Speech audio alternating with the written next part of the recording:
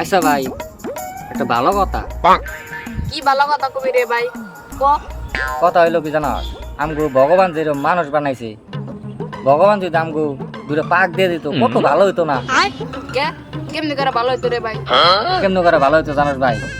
বুঝিস, কারণ ভগবান যদি আমগো দুটা পাক দিত, আমরা কি সুন্দর উইরা উইরা কোনে কোনে যাইতে পারতাম, কত কিছু দেখতে পারতাম। ভাই এখন মন ধরলো উড়াল দিয়ে যায় নিয়ে হেই কোনে যাইতাম গা, বা পাহাড়ের উপরে যাই বয়ে থাকতাম, কত ভালো লাগতো না ভাই? হ, তুই তো ঠিক কথা কইছ রে ভাই। যদি নকে ভগবান একটা নিয়া যদি তো তুই আবার লেজ লাগবো কে? তুই ভাইবে দেখ, ভগবান যদি নকে আমাকে একটা নিয়া যদি তো কি সুন্দর বান্দরের মতো হয়ে গেছে, তুই গেছে ফাল ফেরে যাতাম। এই, শালা দেখছো পাক দিলে আবার লেজের দরকার পড়বো রে, শালা বুদাই।